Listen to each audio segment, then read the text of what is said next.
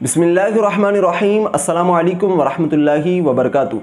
नाज़रीन, आज की वीडियो बहुत ही ज़्यादा कमाल की है, बहुत ही अहम है। आज की वीडियो में हम नमाज़ के मुताल्लिक गुफ्तगू करने वाले हैं कि नमाज़ की कितनी शराइत हैं और कौन कौन सी हैं। बहुत सारे लोग ऐसे हैं जो 3-4 साल से नमाज़ तो पढ़ रहे हैं, लगातार नमाज़ पढ़ते हैं, लेकिन उनको ये नहीं पता कि नमाज की शराइत कौन सी हैं, नमाज के फ़राइज़ कौन से हैं, नमाज की सुन्नतें कौन सी हैं, नमाज के वाजिबात कितने हैं, कौन कौन से हैं। जिसका नुकसान ये होता है कि हमारी नमाज दुरुस्त तरीके से अदा नहीं हो रही होती। तो हमें ये पता होना चाहिए नमाज की शराइत कौन सी हैं, नमाज के फ़राइज़ कौन से हैं, नमाज के वाजिबात, नमाज की सुन्नतें, ये सारी मालूमात हमें होनी चाहिए। तो आज की वीडियो में मैं सिर्फ नमाज की शराइत आपको बताऊंगा कि नमाज की शराइत कितनी है और कौन कौन सी हैं।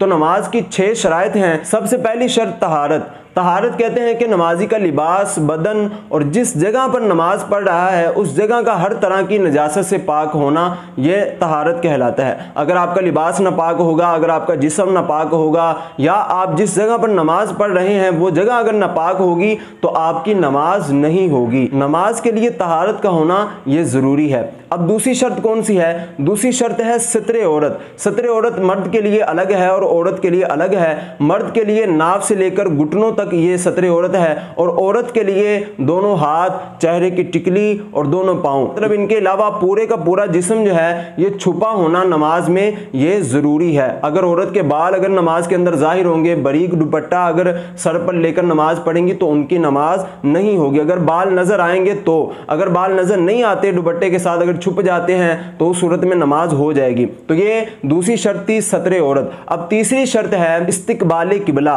इस्तिकबाले किबला कहते हैं कि आप जब नमाज पढ़ें तो आपका चेहरा किबले की तरफ होना चाहिए, आपका सीना किबले की तरफ होना चाहिए। नमाज की चौथी जो शर्त है वो है वक्त।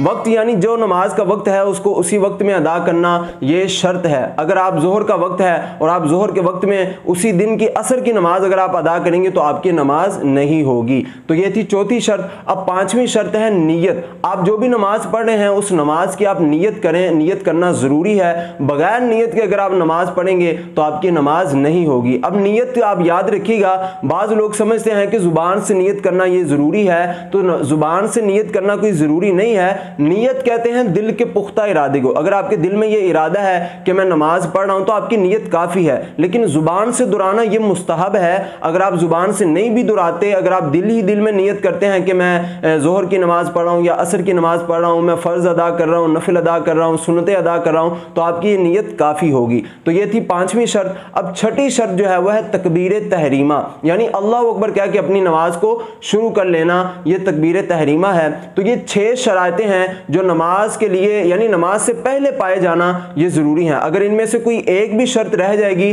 तो आपकी नमाज नहीं होगी। ये 6 शराइत पाए जाना बहुत ज़रूरी हैं। तो मैं एक बार फिर दोहरा लेता हूँ: तहारत, सित्रे औरत, इस्तिकबाल किबला, वक्त, नियत और तकबीर तहरीमा। ये 6 शराइत बहुत ज़रूरी हैं। इन 6 शराइतों को खुद भी याद कर लें और अपने दोस्त अहबाब के साथ भी लाजमी शेयर करें ताकि हमारी नमाज दुरुस्त हो सके। और मैं कोशिश करूंगा कि नमाज के फ़राइज़ और नमाज की सुन्नतें और नमाज के जो वाजिबात हैं इन पर भी अलग से वीडियो बनाई जाए। इंशाअल्लाह नेक्स्ट वीडियो में कोशिश की जाएगी। अल्लाह ताला हम सबको इल्म दीन सीख कर उस पर अमल करके और दूसरों तक पहुँचाने की तौफीक अता फरमाए। मिलते हैं किसी अगली वीडियो में, तब तक के लिए अल्लाह हाफिज़।